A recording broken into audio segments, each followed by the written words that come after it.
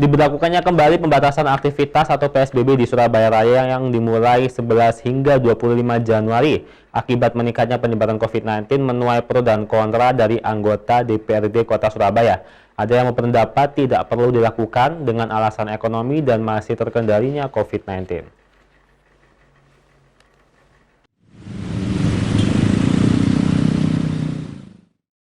Kebijakan pemerintah pusat yang akan memberlakukan pembatasan aktivitas atau PSBB Jawa Bali termasuk kota Surabaya pada 11 hingga 25 Januari mendatang mendapat tanggapan beragam dari DPRD Kota Surabaya.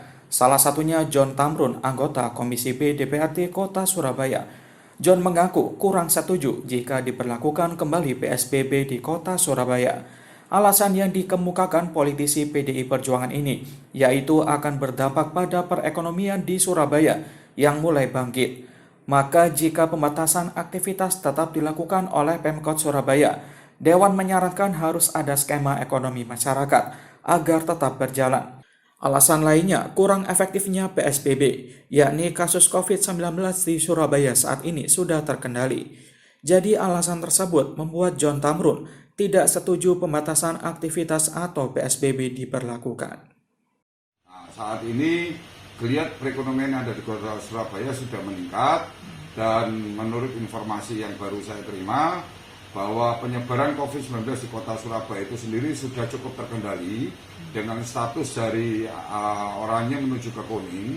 Oleh karena itu apabila diterapkan PSBB maka efektivitas daripada pengendalian daripada penyebaran itu sendiri kurang. Yang harus diperhatikan saat ini adalah perekonomian yang ada di Kota Surabaya ini harus dijaga situasinya agar terus meningkat sehingga tidak makin membuat Kota Surabaya ini menjadi lumpuh dari roda perekonomian. Sementara itu, Ahatoni, Wakil Ketua DPRD Surabaya, justru mengaku setuju jika diberlakukan PSBB. Alasannya, pemerintah melihat kondisi pada kasus COVID melalui kajian data. Bagaimanapun cara yang tepat memutus rantai penyebaran COVID dengan pembatasan aktivitas atau PSBB. Pendapat dengan kebijakan itu, karena yang pertama, kebijakan itu dibuat karena didasarkan pada kajian data yang terlaporkan baik kepada provinsi maupun pusat.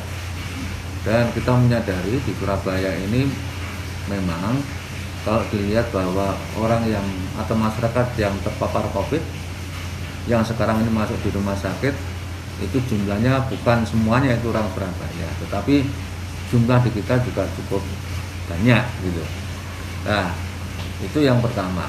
Karena kaitan untuk memutus penyebaran, lalu sejauh ini kan pendekatan atau metode yang paling efektif bisa dipakai menurut keilmuan epidemiologi kan dengan menerapkan PSBB.